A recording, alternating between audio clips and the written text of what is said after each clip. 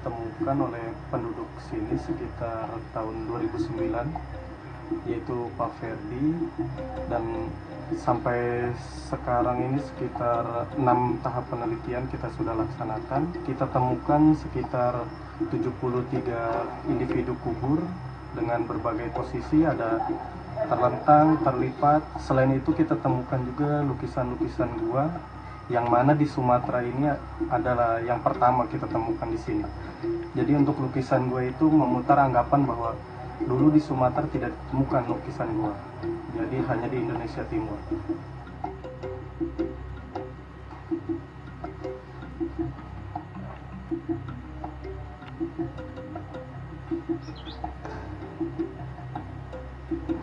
Ini kita baru pertanggalkan dari Batam. Jadi umurnya sekitar 630 sebelum Masehi sampai 30 Masehi. Jadi ada sekitar 8 individu yang sudah dipertanggalkan.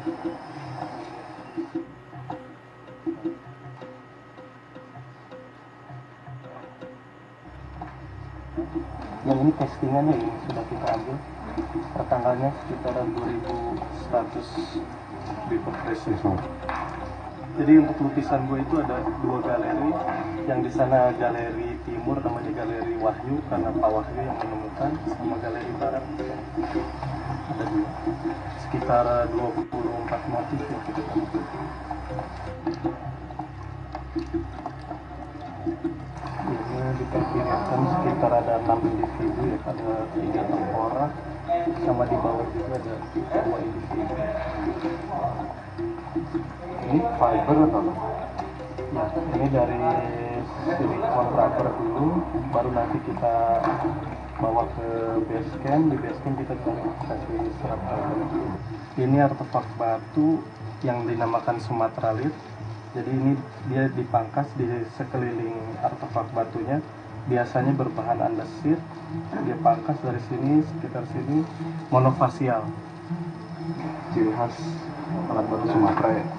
Tapi sebenarnya sih ada di tempat-tempat lain kan, tapi di Sumatera kita banyak yang mirip di jejak pakainya di seperti yang tadi yang itu sebelum, atau enggak mungkin ada juga yang dia belum jadi alat tapi belum selesai dibuat gitu ya, misalkan seperti itu. Karena pengaruh cuaca banyak jadi sudah mulai mengelupas, sudah banyak lumut. Dan ini sudah diteliti juga sama Balai Konservasi Borobudur. Jadi mungkin nanti ada hasil analisisnya. Dia itu bahannya dari hematit atau oker namanya. Kalau untuk lukisan itu istilahnya oker. Di artefak kita banyak temukan juga hematit. Oke. Menurut narasumber, lukisan ini umurnya sama dengan fosil-fosil yang ditemukan tulang belulang. Tapi sampai sekarang, sampai detik ini, hari ini, masih belum ada yang bisa mengartikan apa artinya lukisan ini. Cuma dari kita lihat kalau gambarnya, ada yang berbentuk seperti jari tangan dan tulang rusuk manusia. Pada zaman itu, menurut narasumber, cara mereka berkomunikasi adalah dengan menggambar ini.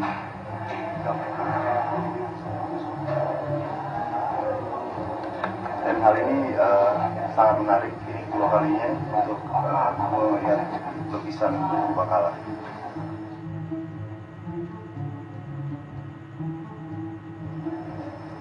Yang bisa kita pelajari di sini banyak sekali, antara lain dari kubur. Kita bisa mengetahui demografi apa yang tinggal di sini zaman dulu itu kayak gimana, dari umur, dari dietnya, pola makannya mereka bagaimana, cara penguburannya juga bisa. Terus individu ada yang tua sampai ada yang bayi, di sini kita bisa mengetahui. Itu untuk kubur. Kalau untuk lingkungannya juga, teknologi alat batu itu kita bisa mengetahui. Di sini ada Sumatralit tadi yang disebutkan, sama serpi-serpi obsidian. Kalau kita misalnya survei mengenai gua-gua, kalau kita ingin tahu ada jejak penghunian manusia, bisa dengan, mau dari artefak batunya bisa dengan obsidian. Ini obsidian itu dibawa dari luar, jadi tidak di gua ini. Selain itu ada juga artefak tembikar, itu kan pasti buatan manusia kan, pasti manusia bawa ke sini juga kan. Nah itu seperti itu. Sekarang ini kan bisa dicari di sekitar gua ini. Nah kalau manusia yang tinggal di gua biasanya dia dekat sungai. Nah makanannya juga pasti ada di sekitar lingkungan gua seperti itu. Ada kerang yang umum dimakan, biasanya kerang seperti ini. Jadi dimasak dulu, terus dipotong, baru dihisap seperti itu. Kira-kira dengan mereka hidup sudah menemukan api? Sepertinya sudah, karena ada jejak-jejak pembakaran.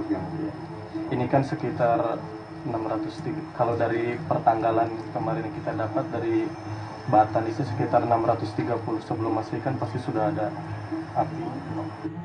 Pagi ini kita lagi mensurvei lokasi tambang Bukit Asam. Sebelum kita syuting, kita mesti mengelilingi kompleks dulu, mana poin-poin mana aja yang kita mau shoot. Dan di belakang, kita lihat Diva kecapean banget setelah semalaman riding.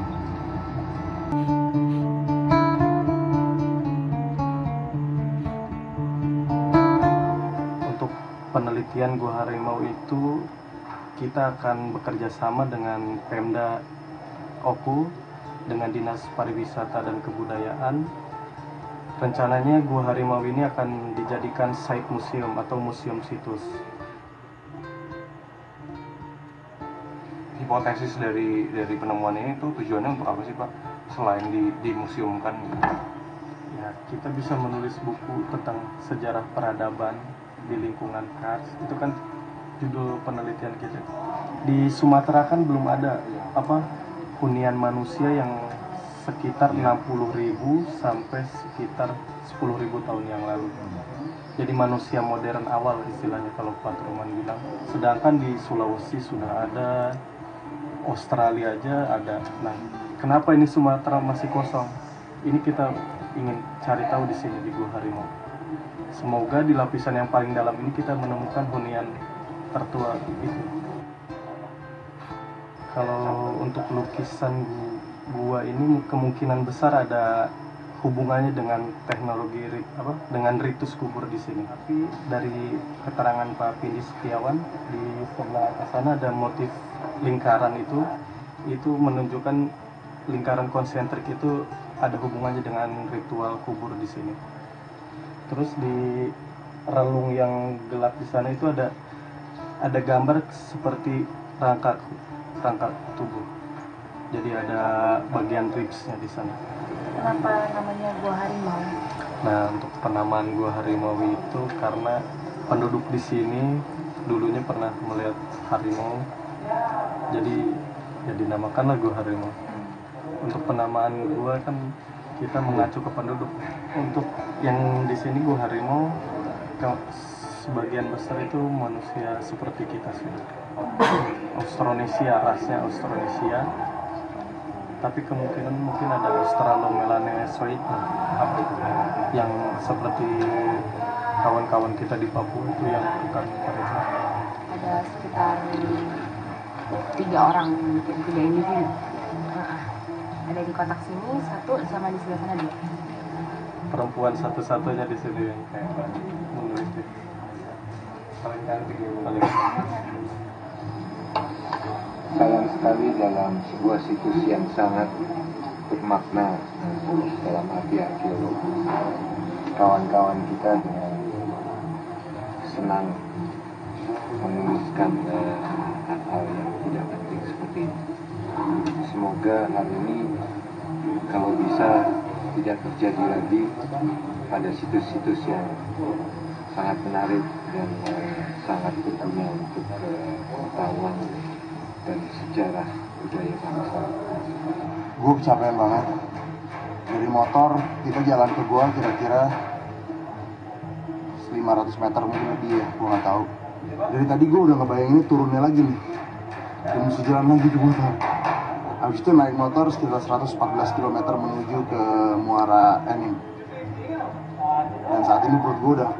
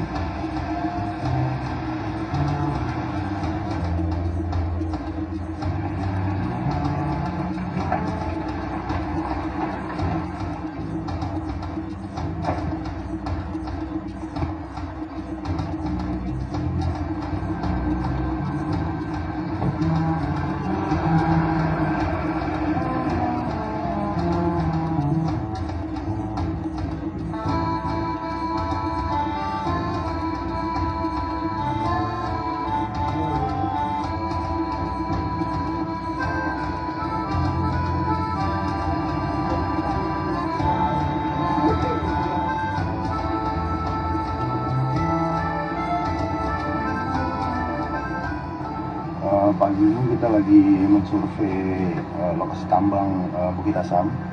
Sebelum kita syuting, kita mesti mengelilingi kompleks dulu, mana poin-poin mana aja yang kita mau shoot. Dan di belakang kita lihat Diva kecapean banget setelah semalaman riding.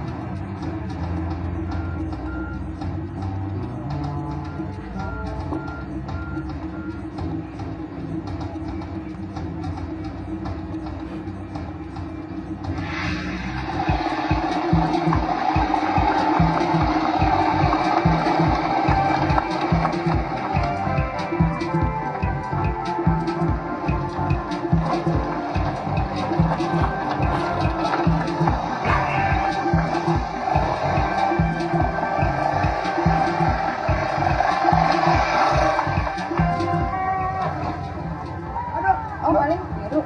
Baru biru doang.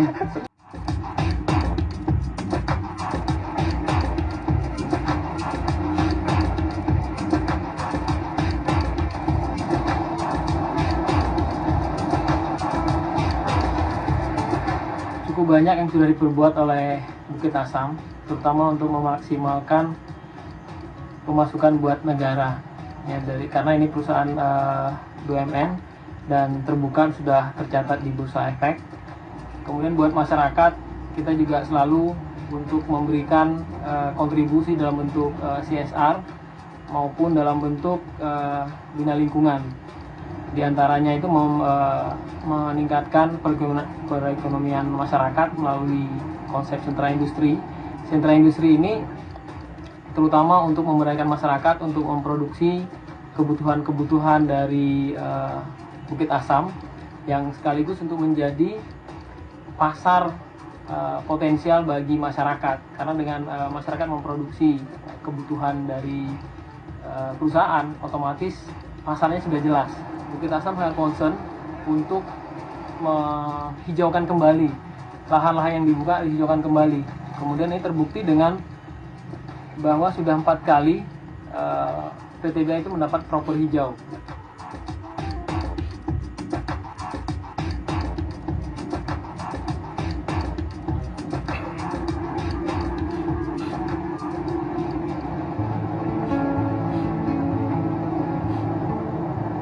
Untuk penghijauan kita mulai dari pertambangan tanah pucuk itu kita pisahkan, yang topsoil atau humus itu kita sebar lagi di daerah penimbunan yang sudah final.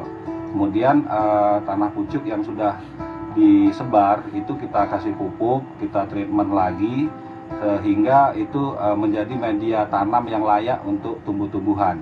Nah, kemudian itu kita ambil bibit dari tempat kita pembibitan, itu kemudian kita tanam pada lokasi-lokasi tersebut. Untuk air tambang di Bukit Asam ini karena berbentuk tambang open pit, sehingga tidak bisa dihindari air hujan itu masuk ke tambang. Nah, air tersebut harus dipompakan. Air yang dipompa tersebut itu kita keluarkan dari tambang, kita masukkan di dalam KPL dulu, atau KPL itu adalah kolam pengendap lumpur. Sehingga air tersebut itu akan masuk ke sungai, itu pH-nya menjadi balance, sehingga aman untuk dipergunakan oleh masyarakat sekitar yang pengguna air sungai tersebut.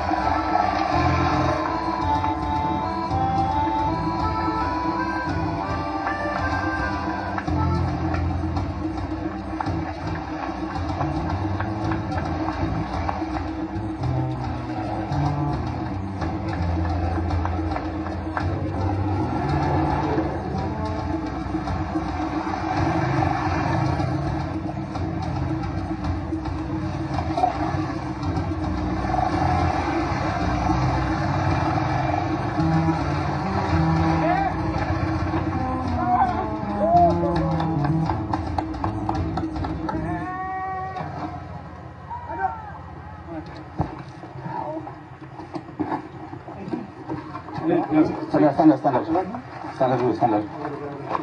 Loh. Batu ya? Akhirnya mau langsung ke sana. Ya, kalau misalkan mau ini Diva yang lewat, pas kalau udah mau pas berhenti aja, deketin aja. Iya. Ini jatuhnya bukan di jalanan.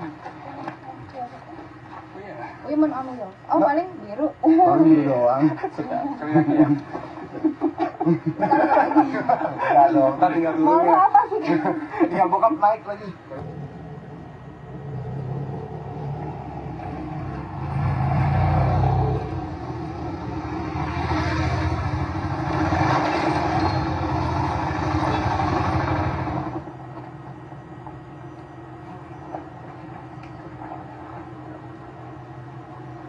Kalau dari sini lanjut bisa nggak?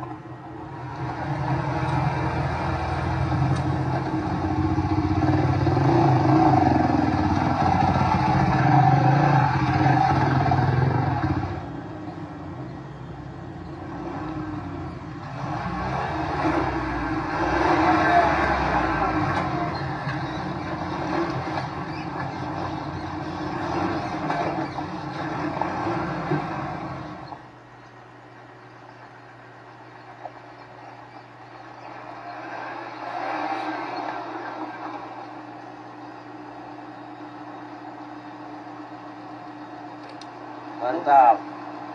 Gimana hari ini? Menyenangkan? Hari ini seru sih. Apa namanya? Kita coba main off-road di bawah matahari yang terik dan panas banget. Kayaknya itu yang paling challenging deh. Nahan panasnya.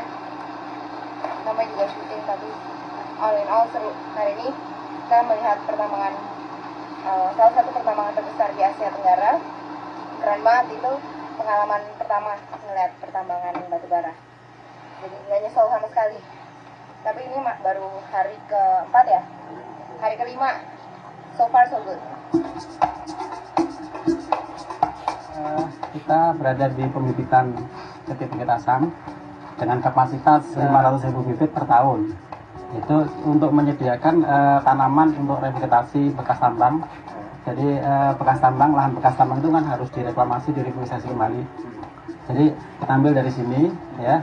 Kemudian kita juga bekerja sama dengan masyarakat. Masyarakat kita bina, kita bimbing untuk membuat bibit. Kemudian masyarakat membuat bibit, kita beli, ya.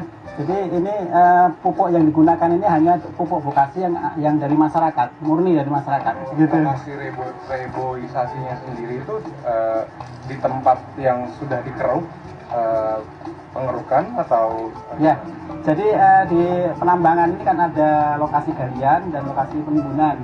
Nah, dari galian ini kan dipindah ke penimbunan. Nah, di penimbunan inilah ya, penimbunan tanahnya inilah yang harus seperti reboisasi. Biasanya kan di tambang itu kan galian menutup galian gitu ya. Tapi kan pasti ada satu galian yang tidak akan tertutup karena kalau tambang itu habis.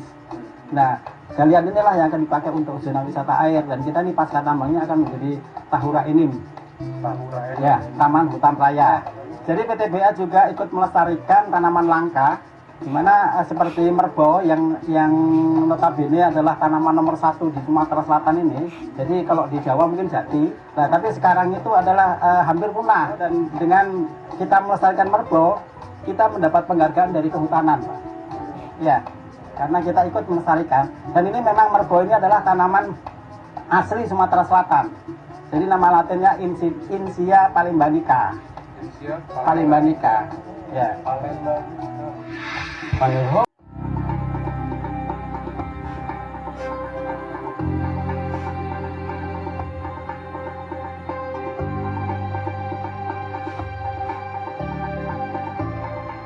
wah itu dari Tanjung Enim mau ke Lahad nggak jauh, cuma 45 km, mungkin sejam.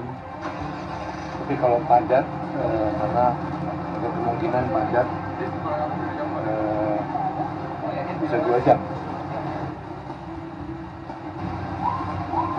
Sekarang waktu menunjukkan jam 9.35 dan kita harus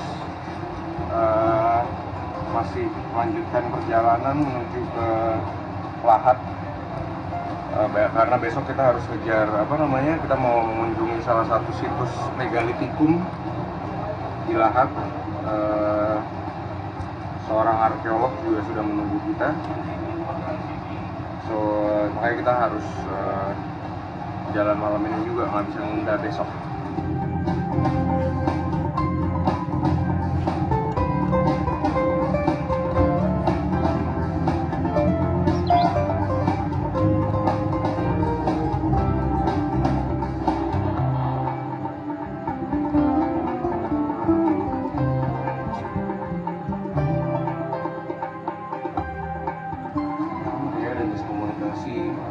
Antara orang hotel di sini sama salah satu orang yang bantu kita, dan ternyata setelah kita sampai di sini hotelnya full, tapi keadaannya udah jam 12 kurang seperempat, kita semua udah capek. Ya lihat nanti.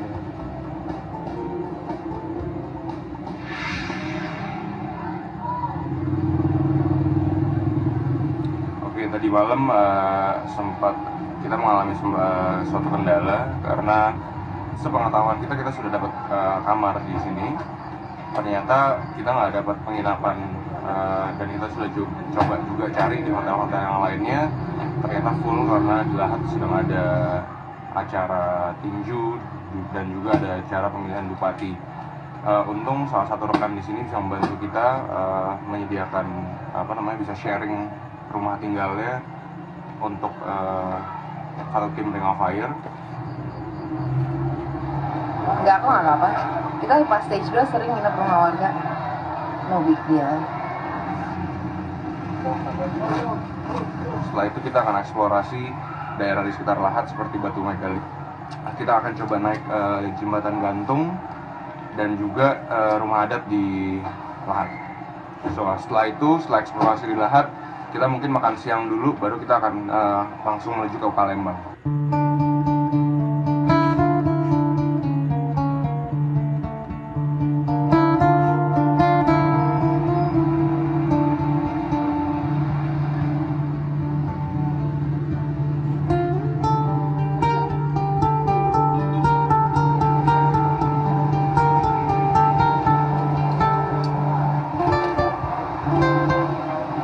Tidurnya cukup enak, capek tapi enak banget.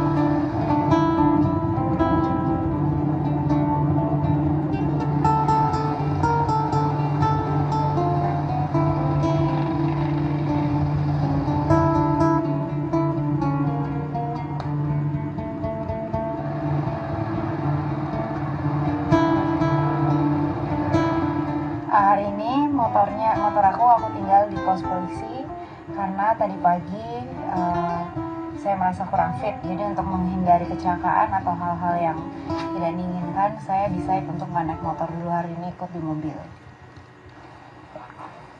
Saat ini kita menuju ke Arca Babi Rusa.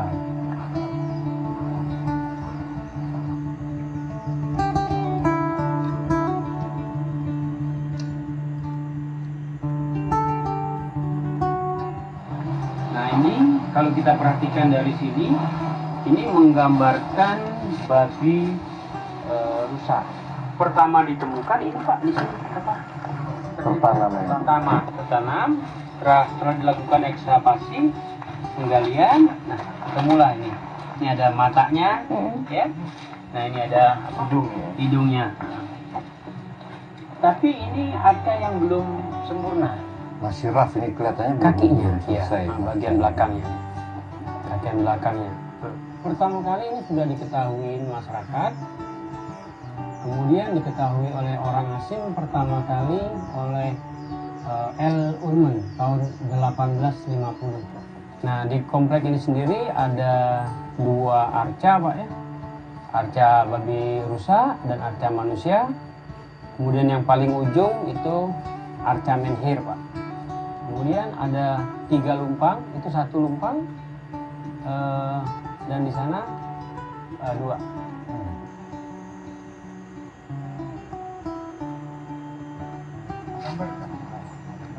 Nah, ini menggambarkan manusia, Pak ya. Menggambarkan manusia. Dan ini memakai kalung. Ya, dengan motif manik-manik namanya, Pak. Karena nanti pada bagian lain beda lagi. Nah, memang pada arca-arca yang ada di daerah sini, mereka sudah mengenal keagungan dan kemegahan. Sudah mengenal perhiasan seperti kalung. Nah nanti pada arca yang berikutnya kita lihat nanti dia memakai gelang. Kemudian pada arca lain juga ada gelang-gelang. Nah kalung ini nanti berbeda-beda Pak. Nanti kita temukan di Tanjung Telang beda lagi kalungnya. Nah di sini menggambarkan 1 orang dengan mengapit seorang anak. Kita lihat.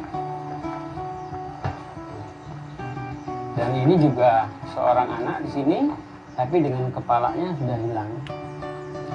Jadi ini tangannya, kalau kita lihat di sini, nah ini ada jari tangan kirinya di sini ada. Kelihatan. Ini pertama kali difoto tahun 1930-31 oleh seorang Belanda bernama Van der Hoop. Nah kemudian Van der Hoop pada tahun 1932 mengeluarkan sebuah buku dengan judul Megalithic Remains in South Sumatra. Nah jadi tahun 32 itu budaya megalit yang ada di wilayah Kabupaten Laut ini sudah menyebar di Eropa, mungkin sudah sampai benua Amerika Pak. Jadi ini disebut dengan arca menhir karena sebuah menhir dengan motif ya. Nah di sini ada 1 orang berdiri ya.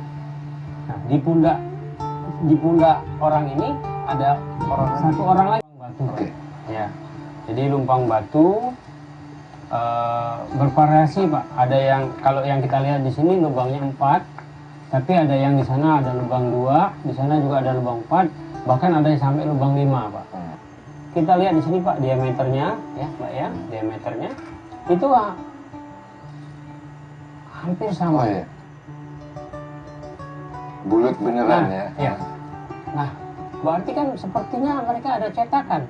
Nah, kemudian kedalaman juga dia akan apa? Nah, ini sama. 2 yang sama. Jadi mana yang kedua kita ambil bahwa masyarakat prasejarah 2500 tahun yang lalu itu sudah mengenal alat ukur.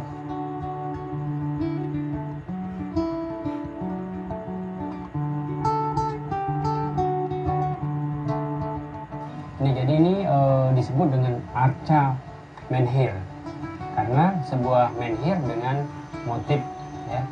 Nah, di sini ada 1 orang berdiri ya. Nah, di pundak orang ini ada 1 orang lagi duduk. Ini kakinya. Nah, kalau kita lihat di belakang di sebelah sini, ini seekor buaya.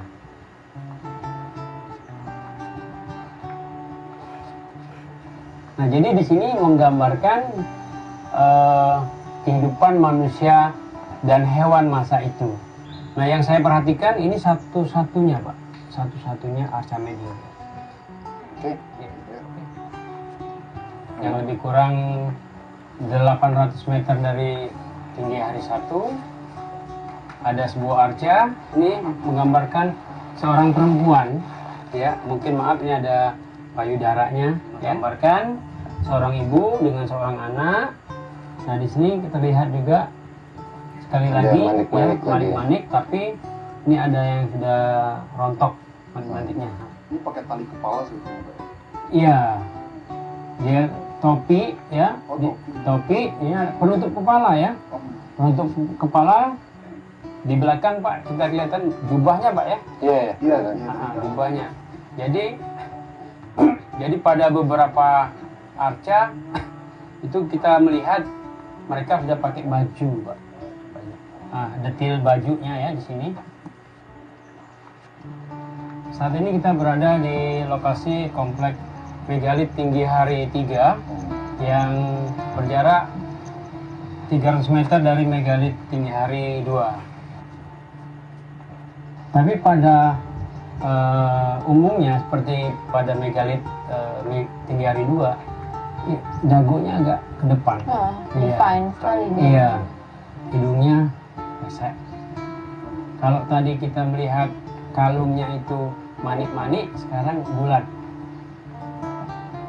Kemudian penutup kepala berbeda dengan yang di megalit 1 tadi. Ini mungkin mirip topi saya nih Pak ya. Nah, di bagian ini kita bisa gambarkan bagaimana besarnya manusia masa itu. Disayang karena usia ya, ini sudah aus ya, aus juga tidak penambahan.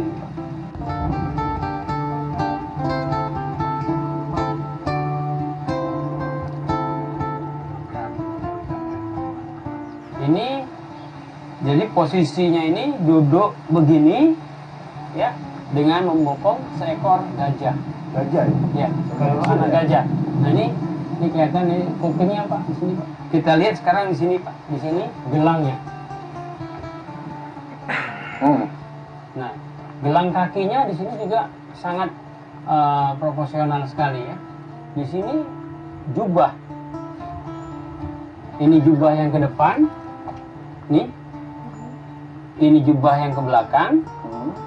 Dan ini adalah ikat pinggang. Motif tutup kepalanya. Di atasnya ada kayak sanggul. Ya. Kemudian di depan itu ada tali.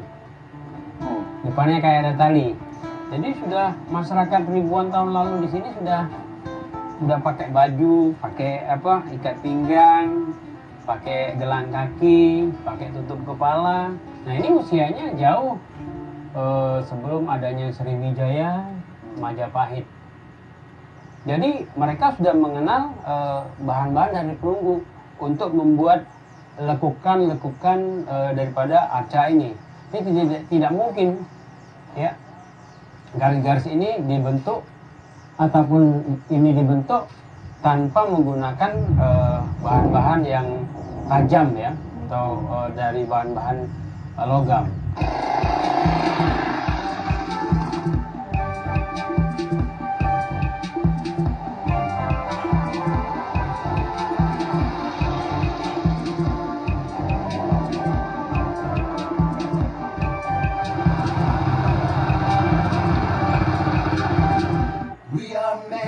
We are one, living under the same sun. One nation, we are one generation. We are one, J-Flow right here. We are one, living the ring of fire. The same sun. Let's go higher. We are one. You ready? We are one. We are one. We're the land of more than 15,000 islands. The ocean people gotta stand out in silence. It's time to get up, man, and let your voice be heard. Cause the race is on, now we gotta be the first. Bineka Tunggal Ika, unity in diversity. Kau pasti bisa, together live in unity. I'm Indonesian, man, and I'm proud. One hell of a nation. I tell you what, invaders came. Wah,